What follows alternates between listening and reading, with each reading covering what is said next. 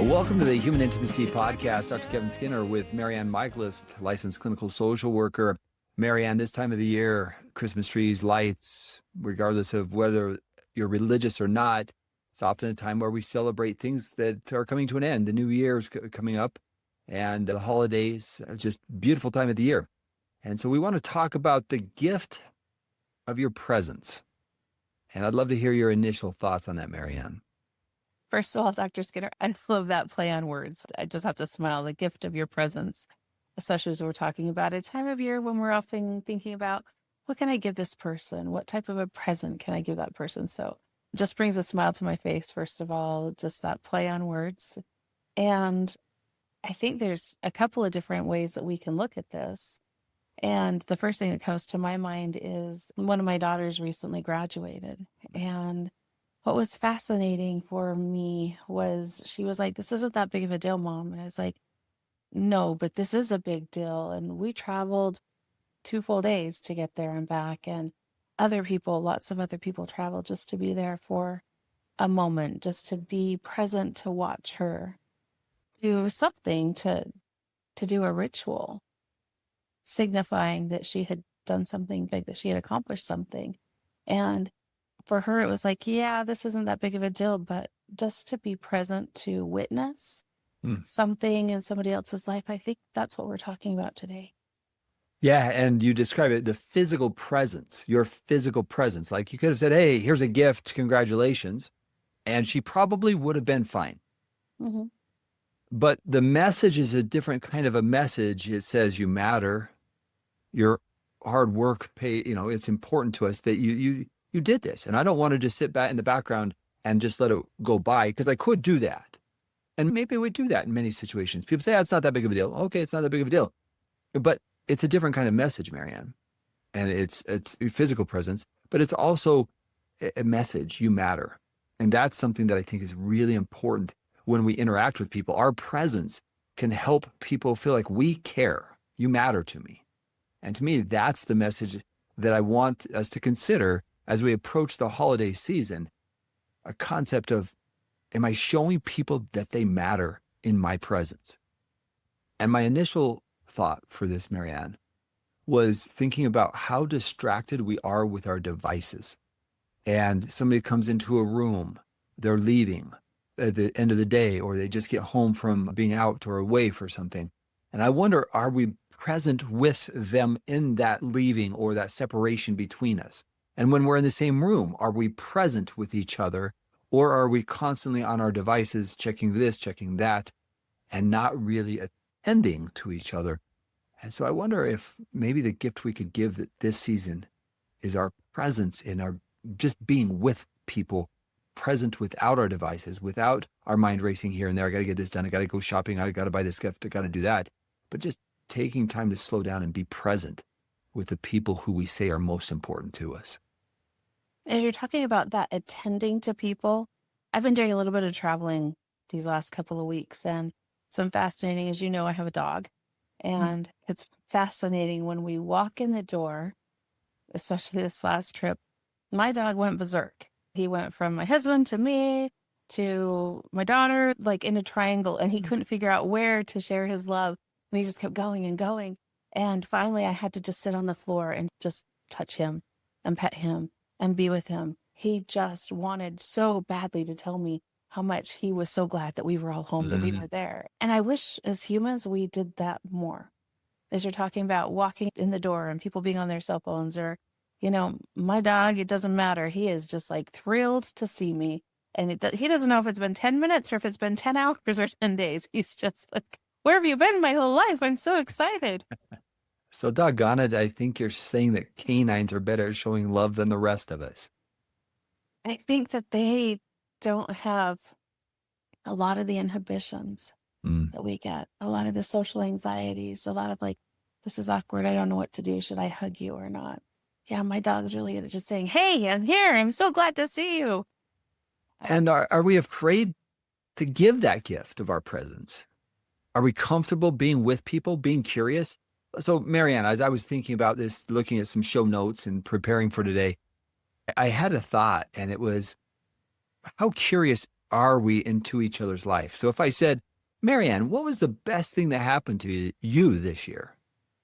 The question in and of itself elicits thoughts and it gets you thinking about, well, let's see what happened in my year. But what the message sends is, I want to know something about you. Right.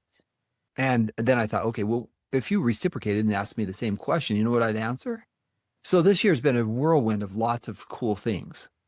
Our daughters were serving a mission for our church, and they came home in March. Phenomenal experience. And as we go through the year, we've had grandchildren born.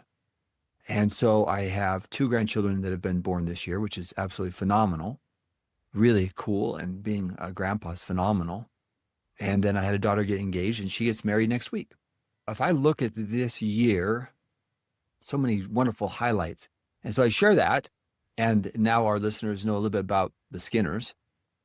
But that presence, somebody saying, okay, MaryAnn, your turn. I want to know best thing of your year. Dr. Skinner, it's interesting. I think it was this morning. I got a message on my phone. And I clicked on it.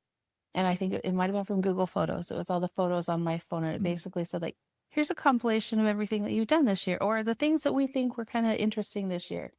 And it went through like a whole little slideshow of all these things. And I was surprised. Oh, I forgot that. Oh, I forgot that. Wow, it was amazing to me just to think about the things that I've experienced. One of the most significant things that happened to me is somebody asked me a question regarding going to Washington, D.C. and advocating regarding the amicus brief in the Supreme Court case that I was involved, that I helped co-author the amicus brief for. And they said, are you going to DC for this? And I said, well, now it's in DC. And they said, well, why aren't you going? Why not? Those words, like for me this year, that was one of the biggest things that happened is somebody said, why not? And, I got to present at ITAP at a symposium, and I got to present professionally at this symposium, this conference of professionals. And yeah, there've been things. I went up into the mountains and cooked at a girls' camp for a week and a boys' camp. I've done a lot of things this year, but I forget. It's so easy for me to look back and go, oh, yeah, I did that, but I've already forgotten it. I think in talking to strangers, I believe he talks about how we carry a negative bias. We maybe forget the good things and we remember the bad things. So I've noticed for me, sometimes it's hard for us to remember the really good things that we've experienced. And so in asking the question and really being interested, right? Like if I say, that's interesting. I mean, you went to Washington, D.C. and did something, somebody challenged you. That's really cool, MaryAnn. I mean, it really is cool. And then presenting at ITAP, they don't accept every presenter. And so that's a phenomenal experience. And so if I just sit there and say, wow, MaryAnn, you sounds like you've had a very busy year and your daughter's graduated. That's a cool thing as a parent. Professionally, you've had a success. And as we go into that conversation, it's just having that dialogue. As I was sitting at the airport probably about a week ago, waiting, I'd been on a red-eye flight, flying all night long, and I was sitting at the airport waiting for my next flight, and I started chatting with a guy, I think he was probably 23 years old, sitting next to me, and I heard he was from LA.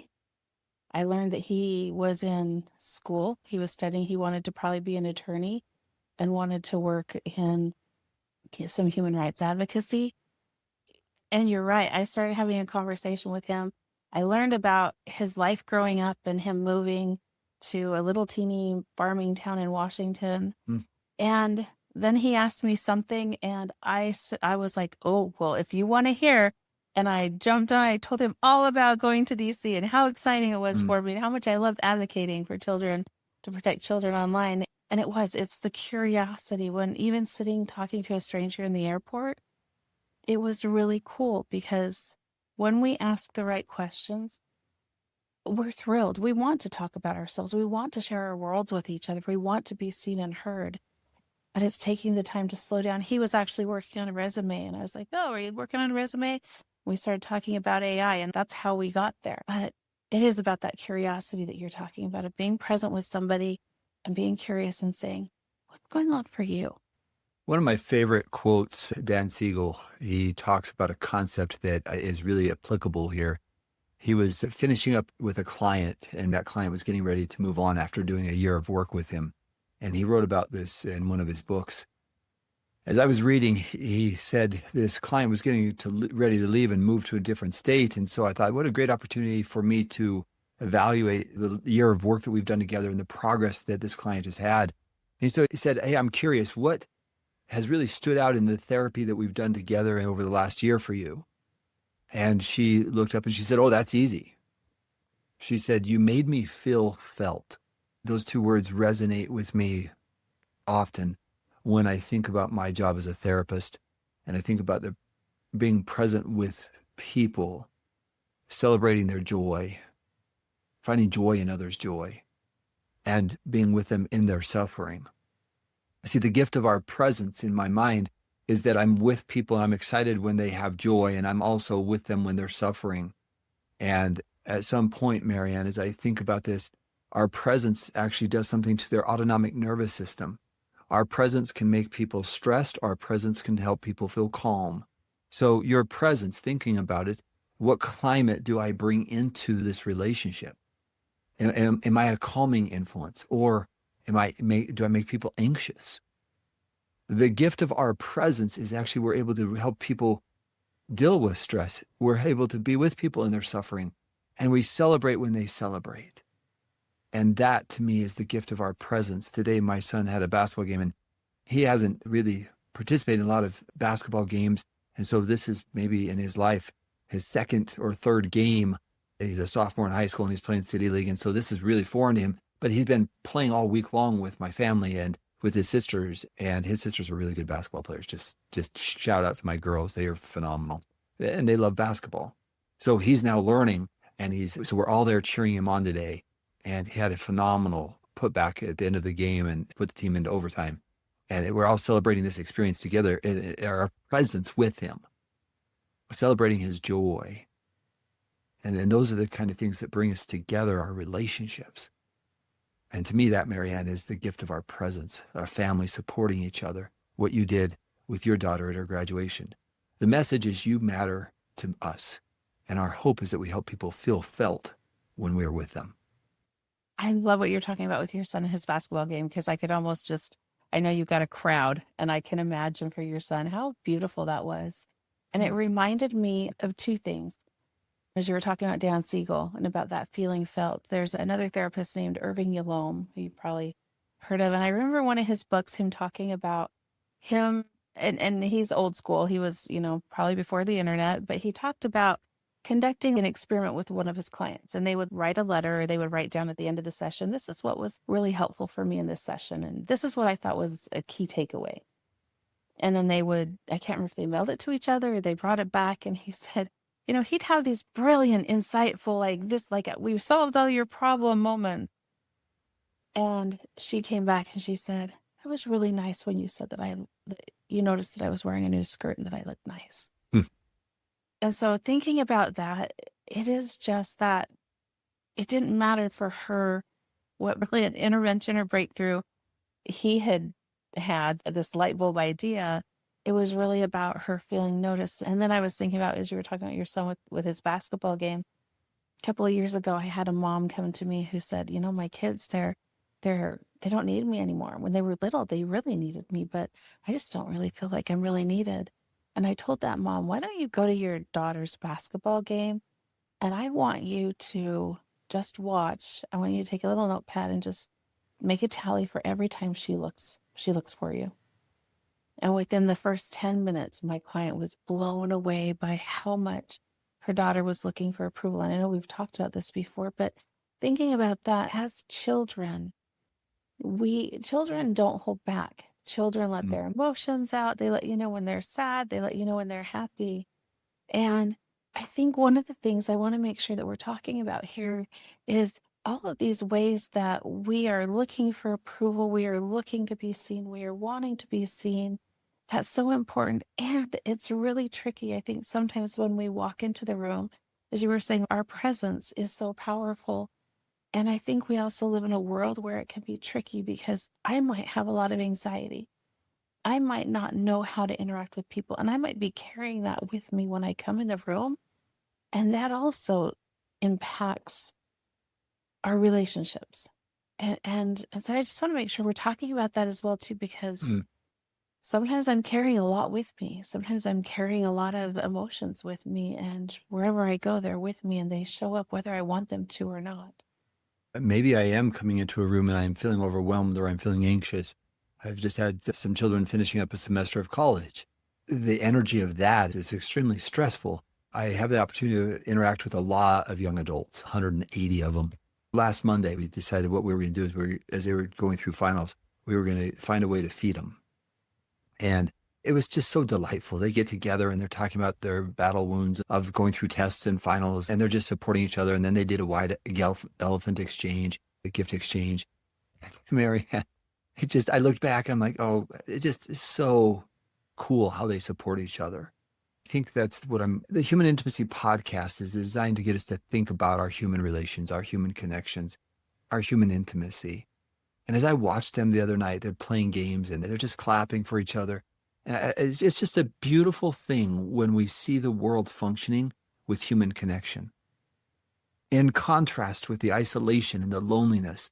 And as I am looking more and more at what people are now calling our newest pandemic, which is loneliness, I think that's just the opposite. And so the gift of our presence is I'd invite our listeners, every one of you, make a list of people who've had a positive impact on your life, maybe even people with whom you've had conflict and challenges, and find a way to interact with them, to send them something that says, I'm thinking of you because you matter. And that would be a challenge I'd give to all of us. Last night, I had this incredible experience with one of our granddaughters, MaryAnn, and she was just laughing, and just my daughter was playing with her and she was laughing. And when 6 to 8 months olds laugh, MaryAnn, it's just, I don't care who you are, you just melt. It's so incredible. And I thought, you know what? I'm going to share this with my dad because I don't get to spend a lot of time with my dad. He lives in Idaho. So I sent it to my dad and he sends it back. So sweet, right? It's just, we can even connect and say, I'm thinking about you from a distance if we do it right. But that means we're thinking about people and we're reaching out and we're saying, you matter to me. That's, to me, what we're trying to accomplish, MaryAnn. Oh, I love what I saw in your eyes as you talked about your granddaughter and as you talked about sending that to your dad. I don't know the word for the emotions that I saw, but I saw some tenderness show up. Maybe that's the word I'd use. I definitely saw emotion show up for you as you talked about that. We need we need relationships. We need places to feel loved. We need places where we can walk in and we're welcomed. It might not be like my dog welcomes me. I mean, that would be ideal, but we don't get that every time. But we need to feel needed. We need a friend. We need to feel loved and welcomed. And I think more than anything, especially this season as we're looking at, how can we look at others with curiosity as we're talking about this being present? I would love to invite our listeners to take a step back and to step into that curiosity that we were talking about. What I find is that everybody is carrying woes. Every one of us has challenges, has burdens, has really hard things. And I know I get wrapped up in it. There's a lot of people that put on a really good show and things look really, really good on the outside. And we think, well, they don't have any problems. They don't need anything. Da da da da da. You know, we just kind of maybe pass over them because we're not worried. There's nothing going, you know, they're okay. We don't need to worry about them. But what I would say is when we slow down, say, what's something that's hard for you right now? What's something that you're going through?